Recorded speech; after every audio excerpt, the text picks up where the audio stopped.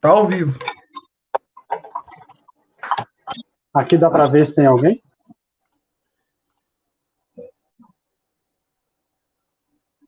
Aham, ele mostra. Daqui a pouco ele começa a mostrar, hein?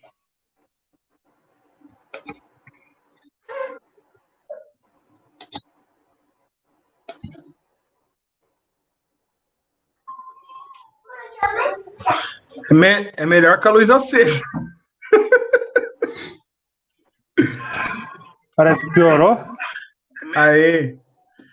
3 pessoas já. Como é que você tá vendo? Mais saco, papai, mais saco. Tem um Mais saco, mais saco. Tem um númerozinho aqui. Como você fechar essa pia? Você é muito esforçada, filho. Aí, daqui tava caindo. Fer, vamos lá, então? Sem delongas? A diferença é que aqui no YouTube, filhão, você pode ficar 4 horas sem parar falando que... Então vai ficar eu e você aqui até 1h da manhã. Contando os milagres, né? O povo aqui não pode fazer pergunta, nada? Pode, ó. Já estão entrando. Aí. Ah, maravilha. Amém. Aí. Alice. Beleza, né? Então vamos lá. Para quem não sabe o que está acontecendo aqui, caiu de paraquedas aí, é o seguinte. Nós estamos na terceira live de uma série de lives. Nós estamos tratando do assunto como integrar fé e trabalho. Como integrar fé e trabalho. E essa é a parte 3, né, da live. E nós estamos já na parte 3, nós falamos sobre como integrar fé e trabalho na visão da criação. Depois falamos a respeito desse assunto com relação à queda, né? E agora nós vamos ainda discorrer um pouco sobre a queda, né, Fer? Antes de entrar, como integrar fé e trabalho com relação à redenção, certo?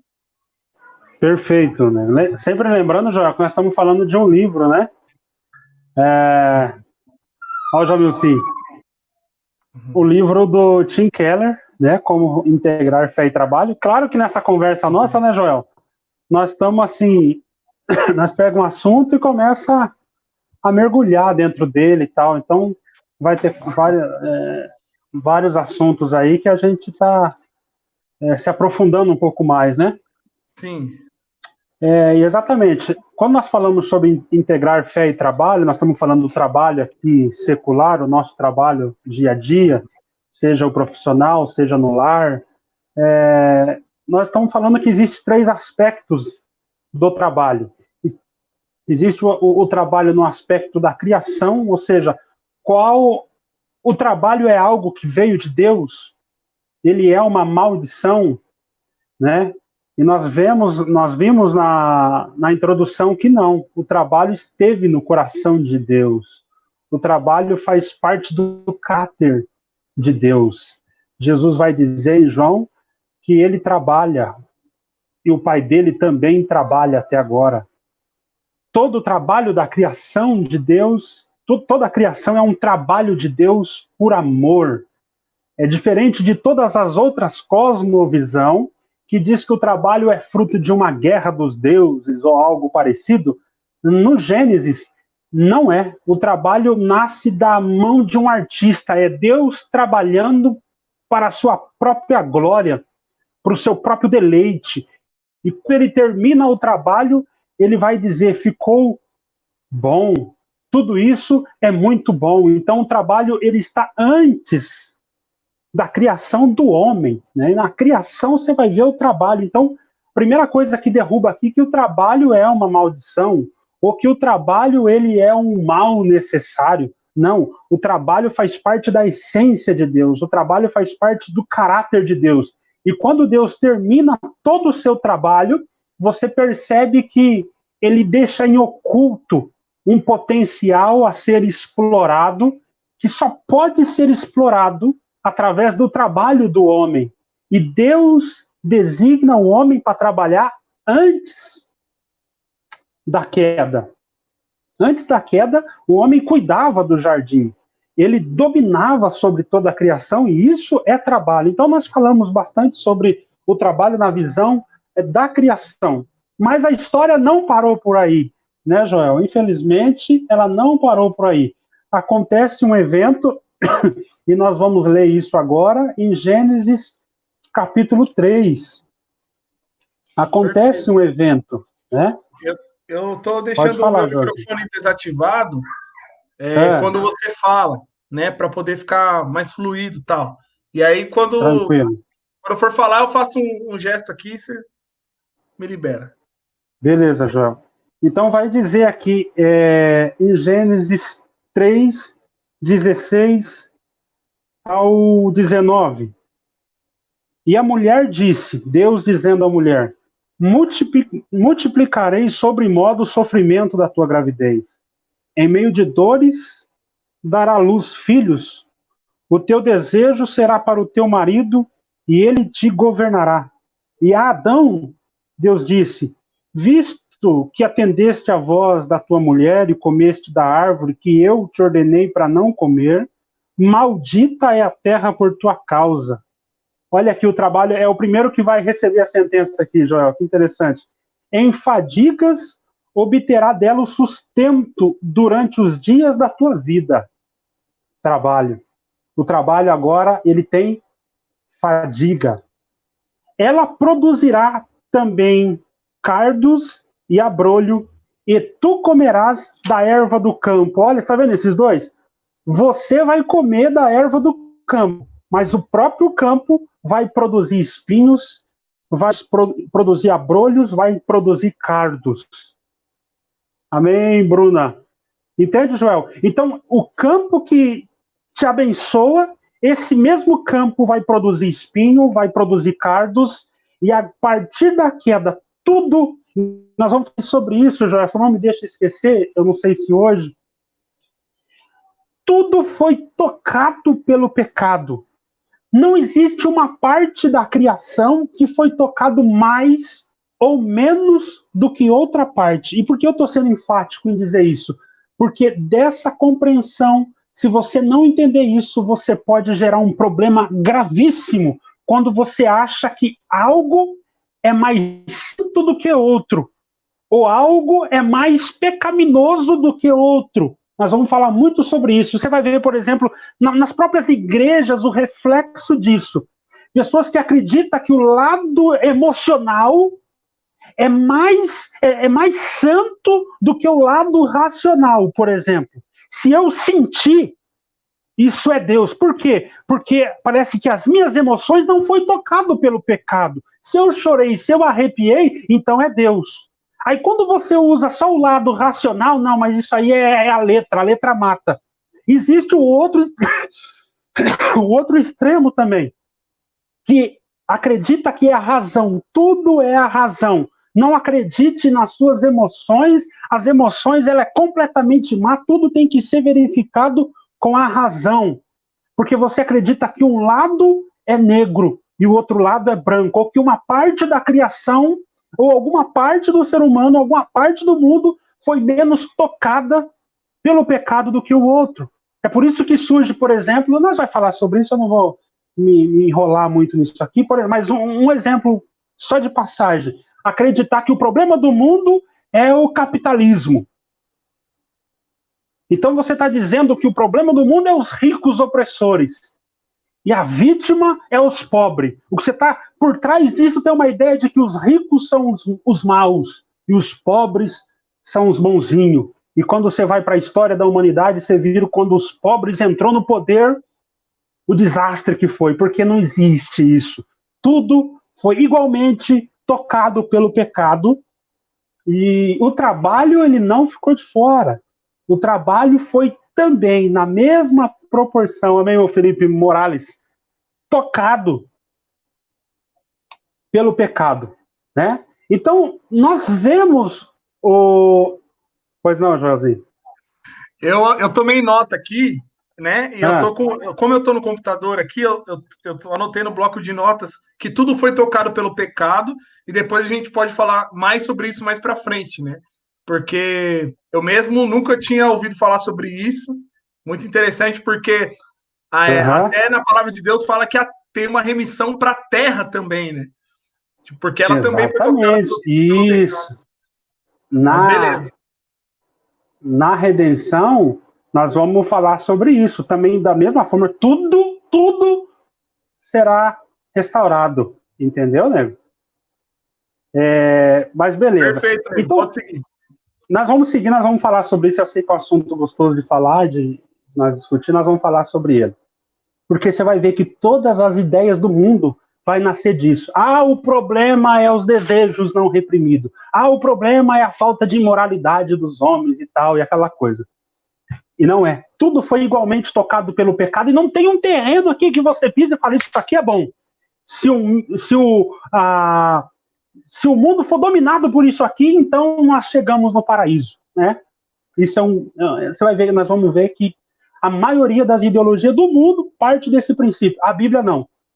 A Bíblia vai dizer, tudo na criação foi tocado pelo pecado, e uma delas é exatamente o trabalho. Eu queria puxar com você uma das consequências já no Apocalipse, no Gênesis, sobre a queda, o pecado, a maldade, o egoísmo no trabalho. Se você puder abrir a sua Bíblia aí, Joelzinho, vai estar deixa eu achar aqui, no próprio Gênesis, capítulo 11. Gênesis 11, nós vamos ler assim. Gênesis 11, versículo 2, diz assim: Sucedeu que, partindo eles do Oriente, deram com uma planície na terra de Sinar e habitaram ali. E disseram uns aos outros: Vinde, façamos tijolos e queimemo-los bem. Os tijolos servirão-lhes de pedra e o betume de argamassa. Disseram: Vinde, edifiquemos para nós uma cidade, uma torre cujo topo chegue até os céus, e tornemos célebre o nosso nome, para que não sejamos espalhados por toda a terra. Então aqui você vai ver a construção da Torre de Babel, e o trabalho, aquele trabalho que na criação, ele tinha o objetivo de ser para a glória de Deus, que tinha como objetivo mostrar o caráter de Deus, os atributos de Deus, que é a paz, a harmonia, a beleza, a organização, a glória de Deus, que tinha como objetivo servir a criação, ser como a representação de Deus no cuidado com os homens e com o ser criado. Ele toma um outro rumo. Ele pega agora, ele tem um outro objetivo. E o objetivo é egoísta, que não tem nada a ver com a glória de Deus e que não tem nada a ver com o cuidado de Deus, mas erguemos uma torre que chega até os céus. Olha aqui, o trabalho na ideia de se achegar a Deus. E não é, isso, não entenda isso como uma busca por Deus, porque Paulo vai dizer, não há ninguém que busca a Deus depois do pecado. É uma busca, você vai ver, por uma redenção, é aquilo, a autojustificação, é se achegar adiante, ter poder, ter domínio, é isso que ele vai dizer, e tornemos célebres o nosso nome, para que não sejamos espalhados sobre a terra. Se o coração do homem ele foi tocado pelo pecado, nós vemos aqui então desdobramento no trabalho. Logo, isso tem que ficar muito claro, o trabalho não é mal. O trabalho não é essencialmente mal. Mas ele foi tocado pelo pecado por causa da corrupção do homem. Então, se a gente fizesse uma pergunta, viu? Por que você está construindo essa torre? Não tem nada a ver com a ideia pela qual Deus estipulou o trabalho. A ideia aqui é de acumular poder, é de acumular segurança para exercer controle sobre o seu destino. E aqui eu quero me ater com você, Joel. Vamos lá. É algo, isso aqui é algo assustador. Eu vou falar uma coisa para você. Eu quero que você. Eu sempre gosto de falar, Joel. Eu sempre gosto de falar. E a gente vai fazendo implicações na nossa realidade aqui. Né? Na nossa realidade. Né? Uhum. Então, o trabalho se tornou algo para que o homem se sentisse seguro e se sentisse cheio de poder. E quando eu digo poder aqui, eu estou dizendo assim, ele quer ter controle sobre a sua vida. Você já viu aquela expressão assim? Eu matei um leão e deixei um leão amarrado para amanhã?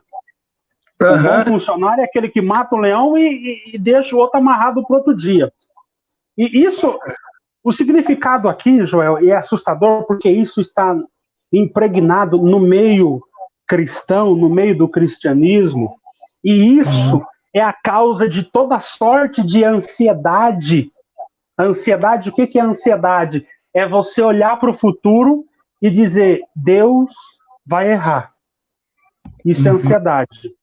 Ao contrário da amargura, a amargura é grave. A ansiedade é você olhar para o futuro e vai falar, Deus vai errar. E a amargura, por exemplo, a amargura é quando você olha para o passado e diz, Deus errou. É por isso que você tem amargura, você está amargurado com o passado, você não esquece, porque Deus fez errado aquilo lá. E a ansiedade é você olhar para o futuro e falar, Deus vai errar. E isso, essa ansiedade, esse pecado, ele foi produzido no coração humano. Né? Então o trabalho é algo que ele viu, ele vislumbrou no trabalho a oportunidade de matar um leão hoje, matar um leão amanhã, para que amanhã ele fique sossegado e fale assim, tô tranquilo? Tô bem? Olha que coisa engraçada. A ansiedade é um pecado, mas a falta de ansiedade, na maioria dos casos, também é um pecado. Por quê? Por que a ansiedade ela é um pecado? Porque você está dizendo Deus vai errar amanhã. Ué, Fernando, mas e a falta de ansiedade também é pecado? Na maioria dos casos é. Porque quando você pergunta para a pessoa por que você não está ansioso com o coronavírus que está assolando o Brasil, ele vai dizer assim, não, o meu emprego, o patrão já falou que não vai mandar ninguém embora. Quer dizer, ele não está ansioso, não porque ele está confiando plenamente em Deus, é porque ele olhou para sua caderneta de poupança, é porque ele recebeu uma palavra do seu patrão, é porque ele viu que o negócio dele não vai naufragar. E por causa disso, eu não estou ansioso. Era exatamente o que Nimrod, aqui na construção da Torre de Babel, ele queria fazer. Ele queria construir um nome, ele queria se tornar poderoso para não ser extinto da terra. Falou, vai que amanhã aconteça uma catástrofe, e aí? Isso, vou traduzir por miúdos. Vai que amanhã Deus resolve errar, porque Deus erra, essa é a mente carnal, essa é a mente caída. E Deus lá, sei lá, ele dá uma cochilada, eu já vou garantir o meu aqui. Vamos construir uma torre para que nós não sejamos espalhados por toda a terra, para que o caos não nos acometa. Então o trabalho é algo, é a expressão agora, é a expressão da rebelião do homem contra o Criador. Porque ele olha no trabalho não como algo que é livre para glorificar Deus, livre para servir a Deus, para servir o teu próximo. Agora o trabalho é algo que me faz me sentir seguro e, o pior, me sentir independente de Deus. A falta da ansiedade está ligada ao egoísmo perfeitamente. Você entende aqui agora, João? Olha o que eu quero dizer para você. As pessoas hoje, eu vou dizer agora, não vou nem falar do ímpio, eu vou dizer de pessoas que se dizem cristão. Nós, Joel, vou falar assim, odiamos esperar em Deus. É por isso que você doa a tua vida para o trabalho. Porque você espera que o teu trabalho forneça suprimento para você estar tranquilo amanhã. Porque você odeia ter que esperar em Deus. Você odeia ter que olhar para amanhã e falar assim, só Deus. Deixa eu dizer uma coisa. Você já viu cristão falar assim, ora para mim, Joel? eu estou numa luta, olha, eu não sei o que vai acontecer comigo. Toda vez que você ouvir isso, Joel, pode vasculhar. Ele está apavorado desse jeito. Ele diz que está numa prova terrível, é porque amanhã ele vai ter que esperar em Deus. E esperar em Deus, para nós, é uma tortura. Não é triste isso, Joel? Triste demais. E toda vez que você vê um cristão falando assim, Joel, Deus deu uma vitória para mim. Joel, estou feliz que eu recebi uma bênção de Deus. Pode vasculhar. A vitória que ele recebeu é, eu consigo ficar o resto desse ano sem ter que depender disso. Eu fiz uma venda, Joel, que eu posso ficar um ano tranquilo. Eu não preciso depender de Deus. Porque depender de Deus é algo que atormenta o meu coração. Depender de Deus é algo que me assusta. Mas quando eu tenho... Pois não, Joel, pode falar. Tipo, não, é as verdades das Escrituras revelando a depravação do nosso coração, como sempre, né? Uhum. E a Raquel fez um comentário, uma pergunta, na verdade, né? Ela perguntou, podemos dizer que o trabalho sob a ótica do pecado tem relação com a salvação pelas obras? Tipo, Caim? Perfeitamente. Perfeitamente. Exatamente. Pode falar. Exatamente. O que ele vai dizer aqui, façamos uma torre que chega aos céus, né? A implicação que nós podemos tirar desse texto aqui, a aplicação desse texto, é cabe isso, a salvação por meio do meu trabalho. E essa salvação implica em qualquer coisa, Joel. Seja a salvação lá, a salvação que nós pregamos aqui, a soterologia, seja a salvação do meu amanhã, do meu dia, do meu casamento, da minha família. Tudo isso depende do meu trabalho. Então eu trabalho para a minha própria salvação. Perfeito. O Ramon fez uma colocação que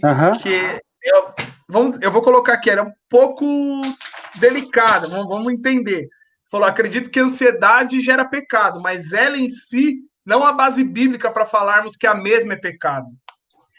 O Ramon ele tem razão, porque realmente divide. Existem irmãos que dizem que a ansiedade ela é pecado, e tem irmãos que dizem que não, ela gera o pecado. E eu, particularmente, entendo a colocação dele. Por que eu digo que é pecado? Por um versículo que diz assim, Joel, não estejais ansioso com coisa alguma, antes todas as vossas petições sejam conhecidas diante de Deus. E o Deus de paz vos confortará, é aquela parte que eu não consigo falar aqui para você certinho. Então, quando a Bíblia diz, não estejais ansiosos, mas que as suas petições sejam conhecidas diante de Deus, é uma ordem da palavra.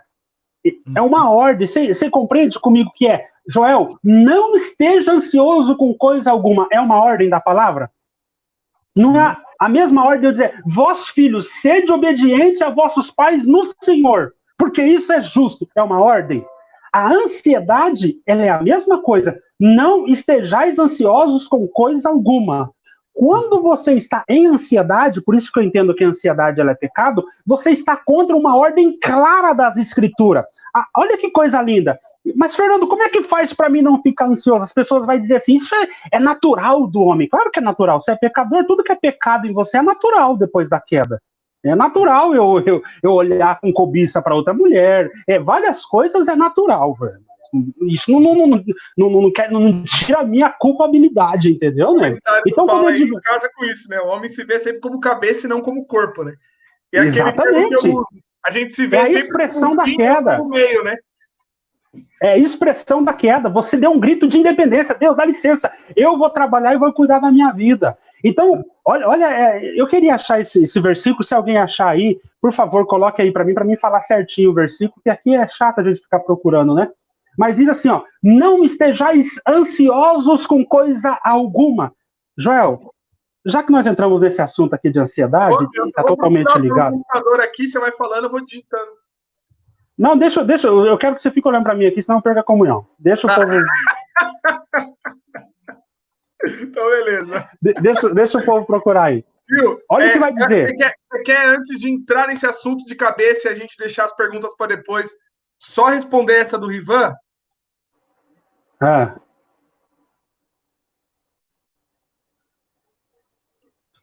Não entendi a pergunta dele, qual o mandamento que ele se refere. Mas depois nós vai para as perguntas, Joãozinho, senão o povo fica Então, beleza. ansioso. Então, vamos fazer assim, galera. Tá? Anota as perguntas aí, pode pôr nos comentários, que depois eu jogo para a tela e a gente responde no... Não, pode ir jogando, Joel, pode ir jogando na tela, aí se eu ver que encaixa, eu entro, entendeu, né? Faz assim. Aí, Joel, olha que coisa maravilhosa. É uma ordem na palavra. Não esteja ansioso com coisa alguma. É uma ordem. Mas como que faz para não ficar ansioso? Filipenses 4, a Raquel achou. Filipenses 4. Não estejais ansiosos com coisa alguma, mas toda a vossa petição seja conhecida por Deus. E o Deus de paz, eu vou achar esse versículo aqui. Aqui vai entrar uma coisa. Toda a vossa ansiedade, toda a vossa petição seja conhecida diante de Deus. Como é que faz para a sua ansiedade, as tuas petições ser conhecidas diante de Deus? Nós usamos um meio da graça para isso. Você lembra qual que é, Joel? O meio da graça chama-se oração. Nós vamos orar. A oração, ela é exatamente para isso. O maior exemplo que nós temos na Bíblia de oração, eu quero que você entenda aqui, é a oração do Pai Nosso. Lembra que Jesus vai falar sobre o Pai Nosso?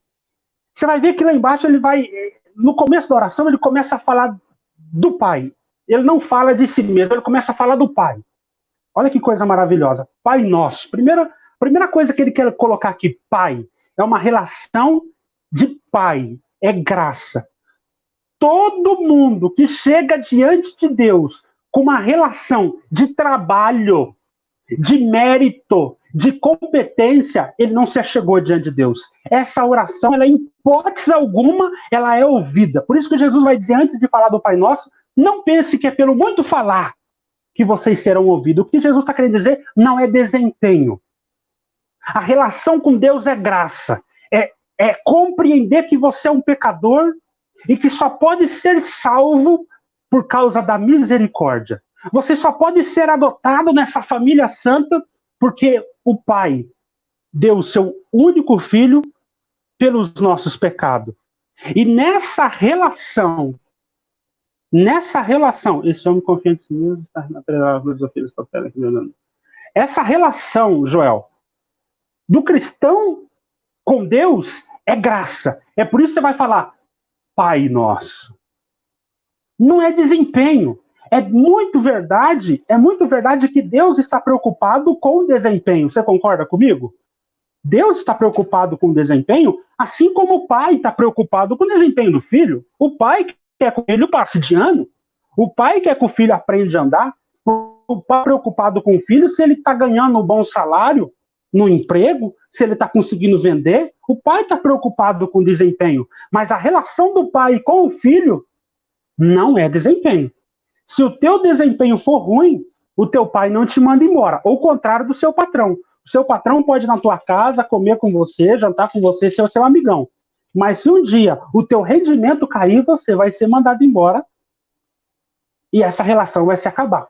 A nossa relação com Deus, a primeira coisa que Jesus vai dizer, olha, você vai orar? Então vai com a compreensão da graça. Que não é por muito falar. Que não é, eu vejo pregadores falando isso, eu acho estranho, Joel. Você tem que sangrar os teus joelhos em oração. Não. Não é isso, amado. Não é por causa de sangrar joelho que você vai ser ouvido. E eu não estou falando que você não pode passar 5 dias orando. Mas se você está achando que é os 5 dias que te faz ser ouvido diante de Deus, você não entendeu absolutamente nada de oração. É Pai Nosso que está no céu. Aí ele começa a falar, aqui que que eu quero entender a raiz, eu quero que você entenda a raiz da libertação da ansiedade. Santificado seja o teu nome. Ele está falando, ao mesmo tempo que esse pai, ele é um pai que você pode acordar no meio da madrugada e chamar por esse pai, você não tem acesso à rainha Elizabeth, você não tem acesso ao príncipe, você não tem acesso ao Donald Trump. Você falar que o Donald Trump é um trabalho terrível, mas o filho do Trump, acorda de madrugada, vai lá no quarto dele e fala, pai, eu quero água. O Trump levanta, pega a água e vai levar para o filho. Não é desempenho. É meu pai. Você pode ficar com medo do Trump. Ele é meu pai. Ele acorda de madrugada e é filho. Mas ao mesmo tempo que ele é pai, ele é um Deus santo. Por isso que Jesus sempre vai falar assim, Pai Santo. Porque ele está falando de um Deus transcendente, um Deus separado de toda a criação, um Deus que não tem contato com o pecado, um Deus que ele todos os atributos de Deus estão debaixo desse guarda-chuva de santidade. Deus quer que você enxergue a beleza desse Deus, a santidade desse Deus, os atributos desse Deus, um Deus que está no céu, que não está na terra. E quando Jesus está falando dessa oração do Pai Nosso, o que ele está falando é, mergulhe em Deus. Se aprofunde em Deus. Veja a santidade de Deus, a grandeza de Deus, a onipotência de Deus, o poder de Deus.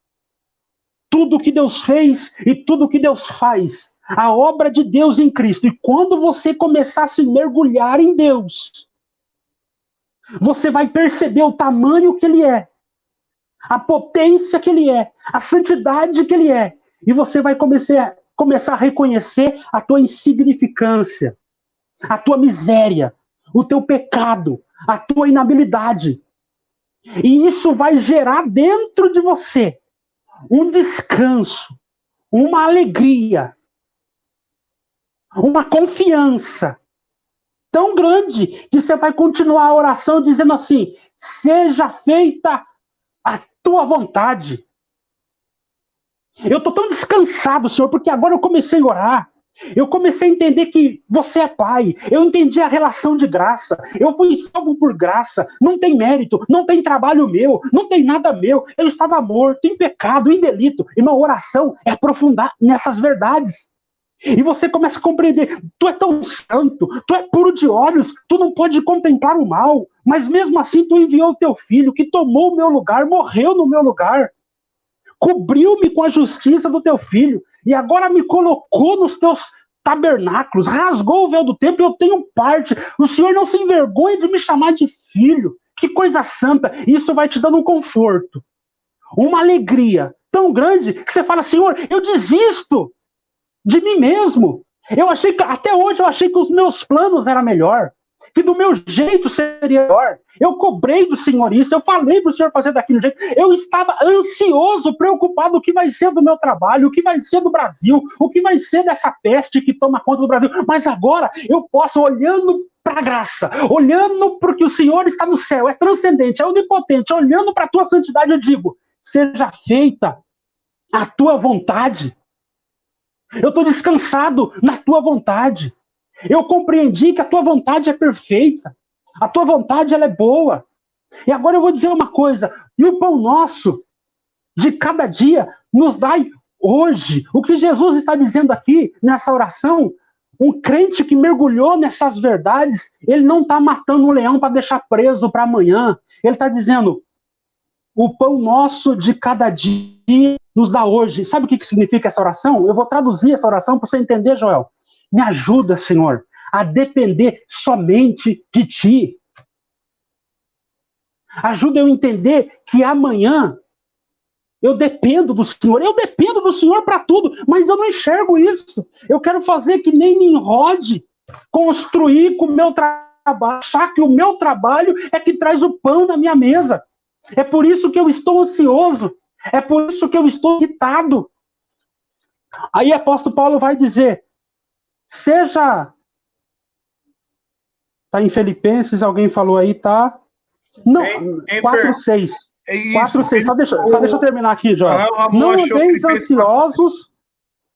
andeis ansiosos de coisa alguma. Que jeito, Paulo? O que você está falando? Antes, em tudo, porém, seja conhecida diante de Deus as vossas petições, pela ação, pela súplica, com ações de graça. E a paz de Deus, olha o que vai acontecer quando você ora, quando você coloca diante de Deus as tuas ansiedades, as tuas preocupações e vai diante do Senhor com essa oração que eu falei, que é mergulhar na graça, mergulhar na santidade, mergulhar nesse Deus transcendente. Olha o que vai acontecer. Deus vai acabar com a peste? Será que é isso? Se você orar, vai mudar, vai virar teu cativeiro? Será que é isso? Será que se orar você vai vender muito, aí você vai ter dinheiro para ficar tranquilo o resto do ano e falar, graças a Deus, eu não dependo de Deus o resto do ano? É isso? Não. Não é isso a resposta que o apóstolo Paulo vai dizer. O apóstolo Paulo vai dizer, e a paz de Deus, que excede todo o teu entendimento das coisas, guardará o teu coração e a tua mente. A tua mente será tomada de paz. Não pensa que essa paz, Joel, é uma paz que você está assim, você fala, gente, eu estava assim, daqui a pouco veio um vento assim, ai, mas foi tão gostoso aquele vento, veio uma paz. Não, não é essa paz mística, irmão, que vem, ai, deu uma paz. Isso acontece com todo mundo. Tem hora que você está amargurado, daqui a pouco vem um vento de alegria, são sintomas da emoção humana. A paz que guardará o teu entendimento é a paz da compreensão do Evangelho, da compreensão de quem é Deus, da compreensão de quem é você. E quando você começa a olhar para esse Deus transcendente, santo, amoroso, misericordioso, que entregou o seu filho, você olha para a situação e fala, quê? Do que você está apavorado? O que você está temendo? Irmão, quanto mais o crente se aprofunda em Deus, mais o coração dele enche de paz, mais a ansiedade ela é aniquilada, a ansiedade ela é inimiga da compreensão de quem Deus é. A ansiedade é a expressão de um coração que não compreendeu o Evangelho, ou que compreendeu, mas não crê. Ele fala uma coisa que ele não crê. A ansiedade é a expressão do negócio que você fala, que você prega, que você ensina, mas quando é para você, você não crê. Fala, Deus é soberano. Ai, que lindo falar isso. Deus é soberano e está no controle de tudo. Isso é verdade para você? E por que você está ansioso? Você só está falando, nego. Isso para você não é uma verdade. E por que não é uma verdade? Porque nós entramos dentro de Cristo, nós não vemos a beleza de Cristo e por isso a ansiedade nos toma. E é exatamente o que aconteceu com o trabalho. Voltando lá no... Você queria falar, Joel? Eu te interrompi, pode falar aí. Então, vamos lá, a galera está comentando aqui, tem uns comentários interessantes, mas um exemplo de... Bem simples, né? Tipo, o que a Yasmin fez de bom para mim para que eu pudesse dar amor para ela? Ela te deu despesa bastante. Ela simplesmente nasceu. Boa. Ela simplesmente nasceu. Só isso. Essa é a relação. Essa é a relação. Então, tem um comentário, tipo, que ele... Coisas pra gente ir guardando. O Sérgio falou assim, a fraqueza de Deus é a humilhação do homem. É um comentário bacana pra gente tecer algumas coisas sobre ele depois, né? Mais pro final, né? Sim. Senão nós nos perdemos do tema aqui, né, Josi? Sim. Só para quem chegou no meio, Galera, essa live aqui é uma sequência, é a live número 3 de um tema que nós estamos tratando, como integrar fé e trabalho. É a parte 3. A parte 1 e 2 está lá no canal do Fer. Quando terminar essa live aqui, ela vai sair do ar e ela vai passar para o canal do Fernando, que o Instagram não deixou a gente entrar lá. O inimigo estava furioso com nós, irmãos, e o Instagram não deixou a gente subir a live lá, mas aí deu certo, a gente entrou aqui pelo YouTube e vamos para frente. Então, Joel, aí você vai ver que o trabalho agora é um meio das qual a pessoa usa para não ter que... para dar o grito de independência de Deus. Você percebe o que eu estou falando? Você vê hoje, eu tenho visto no Facebook, no meio das madrugadas, Joel, até na noitezinha, os profetas pregando agora, né? Os profetas pregando e vai entrando gente assim, e eles vão falando o nome assim, e visão. E as pessoas, eu fico admirado, as pessoas gostam daquilo lá, Joel. Joel, você sabe por que as pessoas gostam desses profetas, dessas visões, do que vai acontecer e tal, o que Deus vai fazer?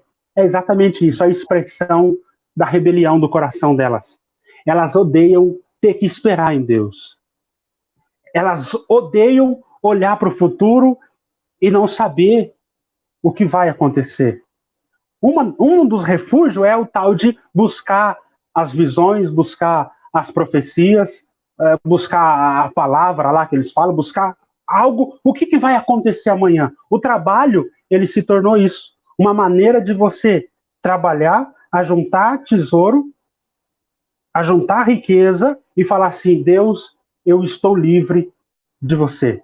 E quando as pessoas dão graças a Deus, elas contam um milagre, uma obra, é assustador. A obra que eles estão contando é, eu não vou precisar depender de Deus. Deus, eu estou livre de você. Então a falta de ansiedade delas é pecado, porque ela está dizendo, eu estou tranquilo, mas não é porque ela está tranquila porque Deus é tudo para ela. Ela está tranquila porque o trabalho lhe deu um monte de dinheiro que ela não vai precisar depender de Deus. E quando tem ansiedade, é ansiedade porque está lhe faltando algo e ela olha e vai dizer, vai dar errado. Deus vai errar. Então, você percebe aqui que o trabalho, já no Gênesis 11, ele perdeu totalmente o foco. Ele se tornou agora um palanque para que os homens se tornassem célebre. Aqui é a expressão do orgulho. O trabalho agora é um meio para você se distinguir do seu semelhante. Eu sou advogado, eu sou médico, eu sou engenheiro, eu sou empresário. E você quer provar para o mundo que você é especial. Tem muita gente, o trabalho traz essa amargura, ou muitas das vezes essa alegria, o trabalho na queda, ele traz a amargura, porque a pessoa olha para o trabalho não como algo para glorificar Deus, não algo que é Deus cuidando da sua criação. O trabalho se tornou algo agora para me fazer especial. Eu me sinto honrado. Já viu gente falar assim, eu me sinto alguém, eu só queria me sentir alguém. Essa é a expressão do orgulho. Esse é o que não tem. É aquele que tem um trabalho ali, que ele diz, humilde, simples, ele se sente humilhado. Essa humildade, pessoal, aquela autocomiseração, isso é pecado, Joel. Ela está colocando a esperança dela em algo que não é Deus. Ela olha para aquilo e fala, eu não sou especial porque eu não tenho isso. Aí, na outra ponta, você tem as pessoas do quê? De sucesso. As pessoas que chegaram no topo e elas arrogam. E é tão interessante essa questão da soberba e do orgulho. Você vai ver com a pessoa que ela, vamos supor aqui, que ela é boa na área de medicina.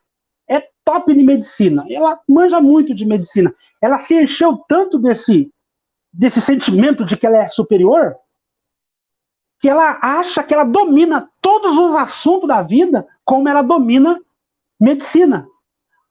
Você vê ele falando de política, assim, porque ele chegou, porque ele é o teu patrão, ele é o médico, ele é o cara de renome, ele fala assim num orgulho, numa soberba, como se ele entendesse de todas as áreas. Mas você é médico, o que você está falando de política? Ele briga, ele se impõe, porque o trabalho deu para ele um sentimento de que ele é alguém especial. Ele usa o trabalho, é isso que está acontecendo em Gênesis 11, o trabalho ele se torna agora algo para te dar um nome, entende? Para fazer você alguém orgulhoso. E alguém orgulhoso, o orgulho, C.S. Lewis vai dizer, ele é na sua essência o quê? Competitivo. É aqui que os trabalhos agora se tornam o quê? Dentro do trabalho. É uma competição. O orgulho, ele traz competição, ele traz rivalidade. C.S. Lewis mesmo vai dizer, ele é tão competitivo, o orgulho, que ele não contenta em ter algo. Não adianta você falar para mim, para o fulano, para mim não vai ter esse perigo, mas não adianta você olhar para uma pessoa e falar assim, você é muito bonito. O orgulho não se contenta com isso, Joel. O orgulho, ele se contenta falando, você é o cara mais bonito que tem nesse bairro. Ele não contenta falar, você tem dinheiro. Não, você é o cara mais rico do condomínio. Por isso que tem a lista dela, a revista Forbes. Meu Deus, eu estou em segundo lugar. Eu estava em primeiro. O que aconteceu? Porque o orgulho, ele não se contenta. Aqui entra o descontentamento. Olha que coisa louca. O descontentamento é exatamente a expressão do orgulho. O orgulho ele não se contenta em ter. Ele quer ter mais do que os outros. Se todo mundo é rico, já ninguém estava desfilando aí de Porsche, se exibindo. Você se desfila de Porsche porque os outros não têm Porsche. Eu tenho. Entende? Então, olha o pecado. Ele entra no trabalho. O orgulho, ele entra ali. E eu quero me destacar. Eu quero ser o melhor. Eu quero ser o primeiro. Ele não contenta em ter. Ele quer ser o primeiro. Você vai ver os slogans da empresa, eu trabalho, você pode, você tem que ser o primeiro. É aquela loucura, porque o trabalho tocado pelo pecado, ele não tem nada a ver com a glória de Deus, ele não tem nada a ver com servir pessoas, ele é totalmente centrado em si. Então, nós perdemos o que é trabalho. Nós não temos trabalho, nós temos o nosso umbigo. O que você faz não é trabalho. O trabalho bíblico é para a glória de Deus. O trabalho bíblico é a provisão de Deus para com a criação. Hoje o trabalho diz respeito a você, ao teu orgulho, à tua segurança, ao teu poder, à tua fama, a capacidade de exercer controle sobre o futuro, e é isso que o trabalho ele gera na queda. Quer falar alguma coisa, Joel? Eu não vi as perguntas aí, apareceu alguma pergunta? Acabou minha água. Então, eu estou digitando aqui vamos dizer assim, a ponte desse assunto que está encerrando. Eu, na verdade, queria entender melhor a pergunta do Rivan, se ele estiver na live ainda e puder refazer, como que fica isso com o mandamento do trabalho? Qual é o equilíbrio? Talvez é isso. A conclusão é essa: o trabalho do mundo é para a glória do homem. O trabalho bíblico é para a glória de Deus, né? Quando eu falo trabalho do mundo, é segundo a visão mundana, né? O mundanismo com relação ao trabalho. E a visão bíblica, isso. A vontade de Deus para o trabalho é que nós trabalhamos para a sua glória. Talvez isso. O Ivan esteja perguntando como trabalhar para a glória de Deus na prática, né? Como que é isso? Nós vamos chegar a isso lá na redenção, tá, nego? Uhum. Joel, abre a Bíblia em Eclesiastes. Vamos ver outro efeito da queda. Uhum. Deixa eu achar aqui.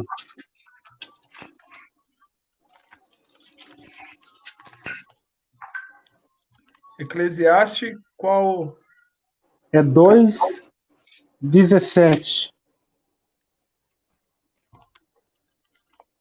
Diz assim, ó: pelo que aborreci a vida, pois me foi penosa a obra que se faz debaixo do sol. Sim, tudo é vaidade e correr atrás do vento.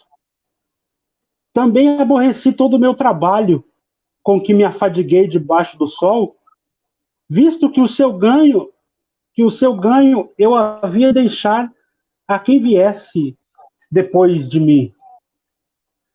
Então, outra coisa terrível que o trabalho ele vai gerar é esse senso de inutilidade, é esse senso de perda de sentido, né?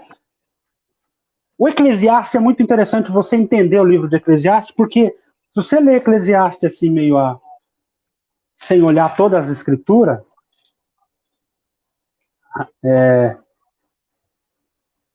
podemos, Raquel. Então, se você olhar para o livro de Eclesiastes sem a compreensão de toda a escritura e do próprio Eclesiastes, você não vai compreender o que o escritor está querendo dizer, porque parece que ele contraria toda a Bíblia, o Eclesiastes. Mas acontece aqui no Eclesiastes, falar numa linguagem simples aqui, ele cria uma autobiografia fictícia, Joel. Tá me ouvindo, nego? Ele cria uma deu um grito aqui, mas já está tudo resolvido. O autor do Eclesiastes, ele cria uma autobiografia fictícia de um homem que começa a olhar o mundo debaixo de onde? Do sol. Ele começa a olhar para o mundo desligado da vida transcendente, da vida de Deus. Ele começa a dizer: debaixo do sol É aqui que você tem que compreender o Eclesiastes. Debaixo do sol, nada faz sentido. Tudo é uma vaidade. O pecado gerou esse sentimento de nulidade, de inutilidade. Ele se tornou sem sentido. E ele vai dizer: eu aborreci a vida. É penosa toda obra que se faz debaixo do sol. Sim, tudo é vaidade. É correr atrás do vento. Está dizendo que, irmão, por isso que nós vamos falar de redenção. O trabalho fora da cosmovisão cristã, ele não tem sentido, Joel. Uma pessoa que colocou o trabalho como ídolo, o que nós vemos aqui, segundo Eclesiastes, ele é um tonto, ele é um tolo, ele é um bobo, porque se essa pessoa parar para pensar, ele vai perceber que se a razão do teu trabalho não for a glória de Deus, ele não faz sentido nenhum. Porque tudo que você fizer, ele vai dizer, você deixa para quem vem depois de você. Ele vai embora. É correr atrás do vento. Você nunca pega, você nunca tem nada. Você chega no final do arco-íris, você não encontra nada. Então, o trabalho ele se torna inútil. Olha, até falando no primeiro encontro nosso, a dona de casa, né, parece que é inútil limpar a casa. Você limpa a casa todo dia. Você luta contra a corrupção. Daqui a pouco o corrupto que você prendeu está solto. Você planta, rega e não chove, Joel. Não é exatamente isso que acontece? Não chove, não nasce. O trabalho ele tem esse sentido agora de perdeu o sentido.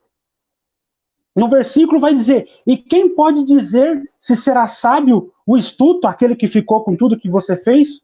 Contudo, ele terá domínio sobre todo o ganho das minhas fadigas e sabedoria debaixo do sol. Também isto é vaidade. Tudo que você fez vai ficar para alguém, e esse alguém, será que ele vai ser sábio? Ou será que é um tolo? Será que ele vai, como nós dizemos, vai cheirar tudo? Ele trabalha, ele vai gastar tudo em droga? Vai gastar tudo em bebida? O que vai acontecer? Ainda que você tenha sucesso na vida profissional, que é raro os casos, mas vamos supor que você teve sucesso na vida profissional, Salomão vai dizer que tudo isso vira pó. Tudo isso fica para os outros. Fora da perspectiva da redenção, nada disso faz sentido. E era nesse próximo tema que nós vamos entrar, Joel, sobre o trabalho debaixo da redenção. Nós vamos deixar isso para outro dia, mas o trabalho agora debaixo da redenção, não debaixo do sol, mas olhando para Cristo. Cristo ele vai trazer o verdadeiro sentido para a nossa existência, inclusive dar sentido a todo o trabalho que se tornou inútil, egoísta, orgulhoso, soberbo, um grito de independência contra... Hoje nós usamos o trabalho para dar um grito de independência a Deus. E o que a redenção faz isso? E para nós entendermos redenção, nós vamos falar sobre o enredo. Como entender todo o enredo. Se você não entender o enredo da história, não faz sentido. Você não consegue ter uma cosmovisão bíblica das coisas, entendeu? E talvez. Mas nós deixamos para a próxima. Para quem chegou tipo, nessa live e tal, e não viu a 1 e a 2, tipo, talvez essa tenha sido a mais dura, né?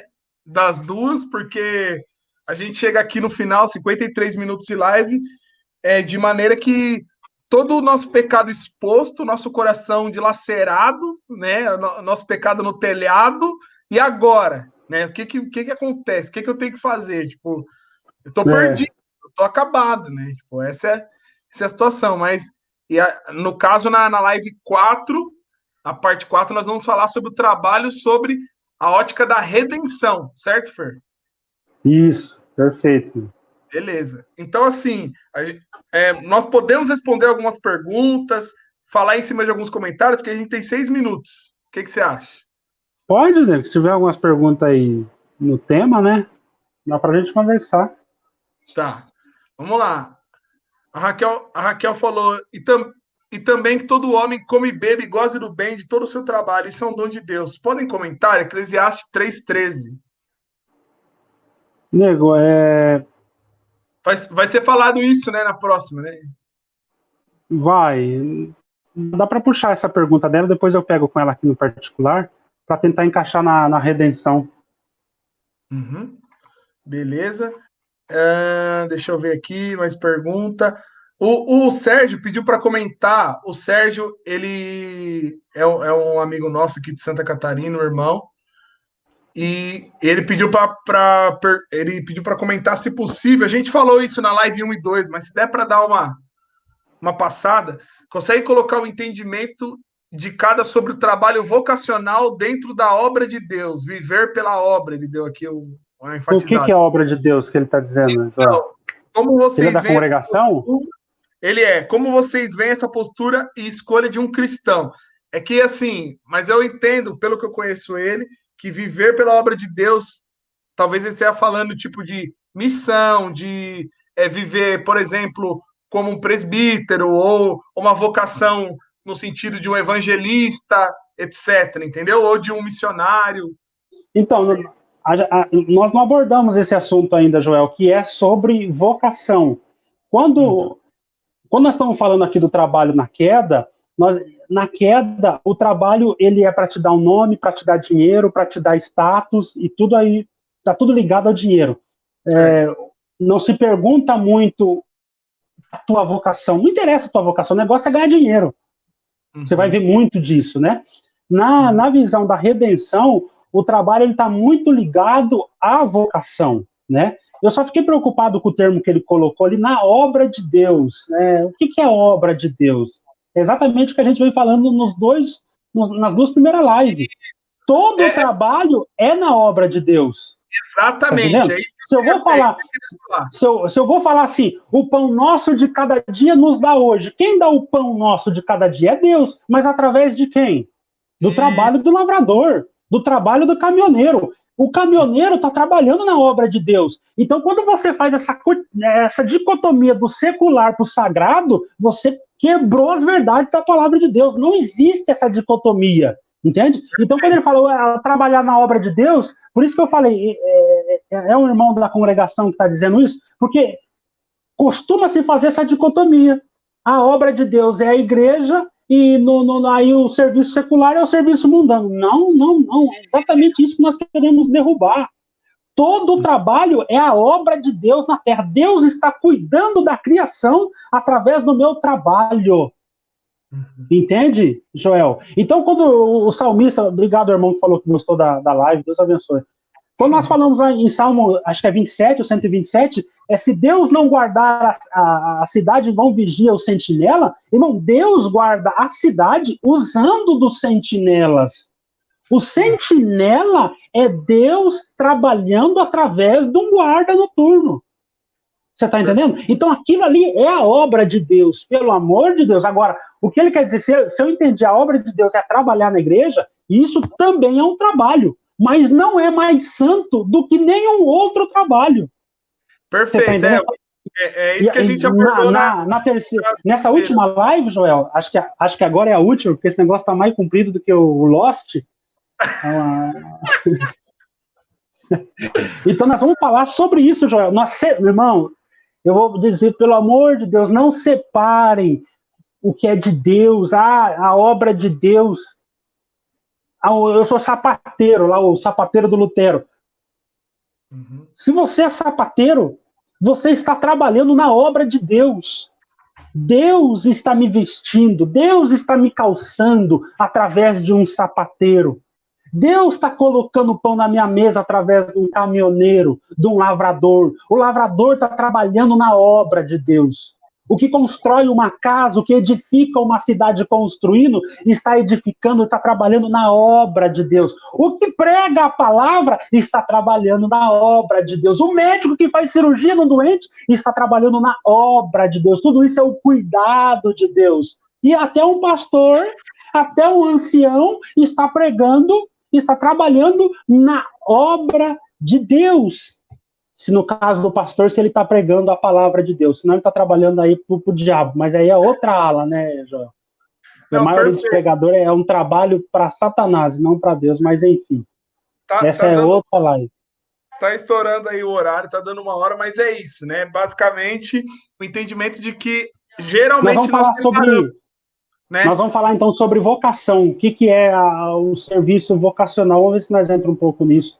Sim, Beleza. se você Então, e nós tem vamos falar pessoas que o sobre o Senhor trabalho na separou, redenção, né? né? Tem pessoas que o Senhor separou e deu vocação para ela trabalhar no ensino da palavra. E é um trabalho na obra de Deus também. Olha que engraçado, também. Imagina que se só tivesse pastor no nosso meio, irmão, só quem prega a palavra, como é que nós ia comer? Como é que Deus ia cuidar de nós na alimentação, na saúde, na medicina, na engenharia, na construção? Então, E essa, pastor também está na obra de Deus. e essa Todo visão trabalho é na obra de Deus. turva, né? Tipo, essa visão, às vezes, fruto de um pensamento mundano, muitas das vezes, né, Fer? Mundano, isso é mundanismo, com certeza. Faz com que muitos cristãos, ou cristão nominal, vamos chamar assim, não desempenhem um trabalho na sua vocação no mundo, né? E aí o mundo fica com escassez de trabalho cristão. Perfeito. Porque ele está trabalhando para ganhar dinheiro. Olha que coisa. Ele está trabalhando para si mesmo. E aquela parte que ele tem vocação, Deus deu talento, Deus deu dom para ele desenvolver, trabalhar. E esse talento que Deus deu para ele é exatamente o cuidado de Deus com a criação. Ele esconde, ele retém e vai trabalhar para si mesmo, para o seu próprio benefício. Vocação, a palavra vocação significa chamado. Quando você tem um dom, uma vocação, isso é um chamado. Como é que eu sei que eu sou chamado, Fernando, para pregar a palavra? Como que eu sei que eu sou chamado? Você tem vocação. Você fala, as pessoas entendem? Você fala, as pessoas gostam, elas procuram te ouvir, você tem vocação. Então isso é um chamado de Deus para você. Fernando, olha, para mim o meu negócio, rapaz, é medicina. Como eu gosto de ajudar a pessoa que está doente. Eu não suporto ver sangue, irmão. Sabe por quê? Porque eu não fui chamado para isso. Eu não fui chamado para isso. Mas tem pessoa que ele gosta de cuidar de idoso. É um chamado, amado. Entende? Então, quando nós entendemos o trabalho na redenção, não é o dinheiro, não é para você se sentir poderoso, não é para você se sentir especial. Não importa se você vai ser pedreiro. O teu trabalho é para a obra de Deus. E você está desempenhando algo que você foi chamado. O que é chamado? Você tem vocação para a coisa. E esse seria um trabalho que glorificaria a Deus. Ô, Joel, se a gente compreendesse isso, os problemas do mundo teriam acabado. Lógico que nós não vamos entender porque nós estamos caídos enfim. Nós estamos aqui para pregar o evangelho. Mas a pessoa compreender isso, irmão, o que é de coisas que caem por terra, de desgraça que está no mundo, que cairia por terra, por compreender o trabalho na cosmovisão bíblica. Perfeito. Então, como integrar fé e trabalho, parte 4, sexta-feira, 9 horas da noite. Sexta ou quinta, né? Oi? Sexta não, quinta. Perdão, quinta. Quinta-feira, 9 horas da noite. Se não for aqui, se não for no Instagram, vai ser aqui de novo. Eu gostei da plataforma, achei massa, né, Fer? Gostei. Eu não entendo nada, né, Joel? Eu não tenho vocação para isso, né? E aí nós vamos lidar com isso, né? E vamos encerrar por aqui, senão o Fer vai ficar dando spoiler aqui da próxima live. E daqui a pouco a live 4 já começa aqui. Então tá bom, né? Abençoe, Joel. Tamo junto, Deus abençoe a vida de cada um aí, de vocês ficaram até agora ouvindo esses só dois. Deus, mano. Aguentar esse povo falando. É só por Deus. O Jamilson. Amém, Jamilcinho. Tamo junto, pessoal. Deus abençoe a vida de vocês. Também amamos vocês. Beijo. Tamo junto, gente. Fiquem com Deus. Bom descanso aí. Quinta-feira, tamo junto. Boa quarentena para todos aí. Fiquem com Deus. Ô, Fer, não encerra não. Oi, né? Você encerrou já?